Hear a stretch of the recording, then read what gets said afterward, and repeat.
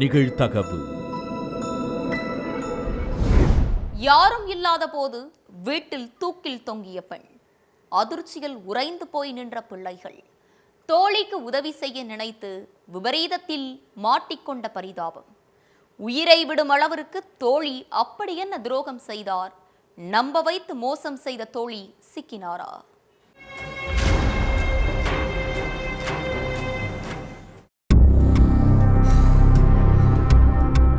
பக்கத்தில் உள்ள சொந்தக்காரங்க வீட்டுக்கு போன பசங்க கொஞ்ச நேரத்துக்கு அப்புறம் வீட்டுக்கு வந்திருக்காங்க. வீட்டில் அம்மா இருப்பாங்கன்னு நினச்சி வீட்டுக்கிட்ட வந்ததுமே அம்மா அம்மான்னு கூப்பிட்டுட்டே வந்திருக்காங்க.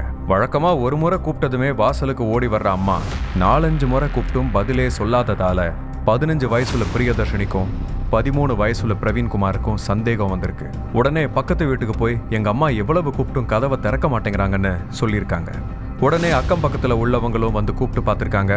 அப்பவும் கதவு திறக்கல. ரொம்ப நேரமாகியும் வீட்டுக்குள்ள இருந்து எந்த சத்தமும் வராததால சந்தேகப்பட்ட அக்கம் பக்கத்து மக்கள் உடனே கதவை உடைச்சு உள்ள போய் பார்த்தா சுகன்யா தூக்குல சடலமா தொங்கிட்டு இருந்திருக்காங்க. தகவல் தெரிஞ்சு சம்பவ இடத்துக்கு வந்த போலீஸ் சுகன்யாவோட சடலத்தை கைப்பற்றி போஸ்ட்மார்ட்டத்துக்கு அனுப்பி வச்சாங்க. சுகன்யா எதுக்கு தற்கொலை பண்ணிக்கிட்டாங்கன்னு அக்கம் பக்கத்துல உள்ளவங்க கிட்ட போலீஸ் விசாரிச்சுட்டு இருக்கும்போதே அவங்க கண்ணில் ஒரு லெட்டர் தென்பட்டிருக்கு. அந்த லெட்டரை எடுத்து படிச்சதுக்கு அப்புறம் தான் சுகன்யாவோட மரணத்துக்கு பின்னால இருக்கிற விஷயமே தெரிய வந்திருக்கு. கடலூர் வேப்பூர் பக்கத்துல உள்ள சேப்பாக்கம் அப்படிங்கிற கிராமத்துல பிரியதர்ஷினி பிரவீன்குமார்னு 2 பசங்களோட வாழ்ந்துட்டு இருந்திருக்காங்க சுகன்யா. இவரோட கணவர் வெங்கடேசன் திருப்பூர்ல உள்ள பிரைவேட் கம்பெனில வேலை பார்த்துட்டு இருந்திருக்காரு.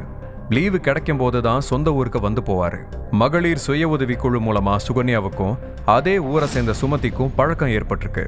நாளடைவில் 2 பேருக்கும் இடையில பாண்டிங் அதிகமாகி க்ளோஸ் ஃப்ரெண்ட்ஸ் ஆயிருக்காங்க. 2 பேருமே மகளிர் சுய உதவி குழுல இருக்கிறதால பல ஃபைனான்ஸ் கம்பெனில இருந்து குழு மூலமா கடனுக்கு பணம் வாங்கியிருக்காங்க. ஒரு நாள் அவசரமா 4 லட்சம் ரூபாய் பணம் தேவைப்படுது.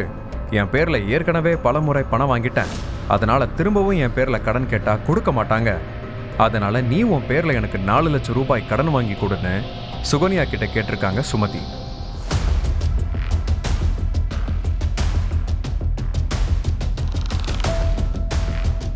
சரி, ஒன்று மண்ணா பழகிட்டு அவசரத்துக்கு உதவலனா எப்படின்னு நினச்ச சுகன்யாவும் தன்னோட பேரில் 4 தனியார் நிதி நிறுவனத்தில் இருந்து மொத்தம் 4 லட்சம் ரூபாய் கடன் வாங்கி அதை சுமதி கிட்ட கொடுத்துருக்காங்க. 4 லட்சம் ரூபாய் மாசத்தவணை வட்டி எல்லாம் சேர்த்து மாசம் 15,000 இருந்து 20,000 ரூபாய் வரை கட்ட வேண்டி இருந்திருக்கு. கடன் வாங்கின கொஞ்ச மாசத்துக்கு தவணை வட்டி எல்லாத்தையும் கரெக்டாக கட்டிட்டு இருந்திருக்காங்க சுமதி. ஆனால் கடந்த 2 மாசமா தவணையும் ஒழுங்கா கட்டலை, வட்டியும் ஒழுங்கா கொடுக்கல. ஃபினான்ஸ் கம்பெனில இருந்து தவணை பணத்தையும் வட்டி தொகையையும் சுகன்யா கிட்ட விடாம கேட்டுட்டே இருந்திருக்காங்க. உடனே சுகன்யா சுமதி கிட்ட பணம் கேட்டிருக்காங்க.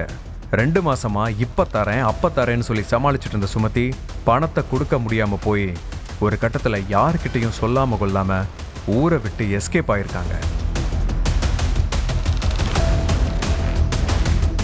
2 மாசத்துக்கு மேல ஆகியும் தவணை தொகையும் வட்டி பணமும் வராததால நேரா சுகன்யாவோட வீட்டுக்கே போய் தாம் தூம்னு கத்தி இருக்காங்க ஃபினான்ஸ் கம்பெனிக்காரங்க. எப்படியாச்சும் பணத்தை ரெடி பண்ணி கொடுத்துட்றோம்னு சுகன்யா எவ்வளவோ சொல்லியும் நிதி நிறுவனத்தில் வேலை செய்கிறவங்க அதை பொருட்படுத்தாம பணத்தை எடுத்து வச்சாதான் இடத்த காலி பண்ணுவோன்னு சொல்லி சுகன்யா வீட்டு முன்னாடி நின்று சவுண்டு விட்டுருக்காங்க.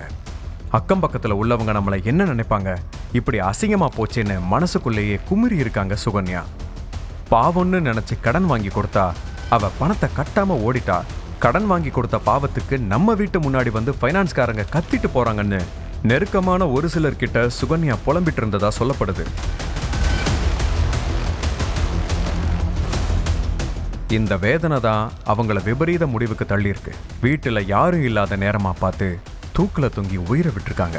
தற்கொலை பண்றதுக்கு முன்னாடி தன்னோட தற்கொலைக்கான காரணத்தையும் லெட்டர்ல எழுதி வச்சிருக்காங்க. தன்னோட முடிவுக்கு சுமதி தான் காரணம்னும் தன்னோட குடும்பத்தினர் இதுக்கு காரணம் இல்லைன்னு எழுதி வச்சுதான் தூக்குல தொங்கியிருக்காங்க சுகன்யா. சுகன்யாவோட மரணம் சம்பந்தமா வழக்கு பதிவு செஞ்சிருக்கிற போலீஸ் தலைமறைவா இருக்கிற சுமதியை தேடிக்கிட்டு இருக்காங்க.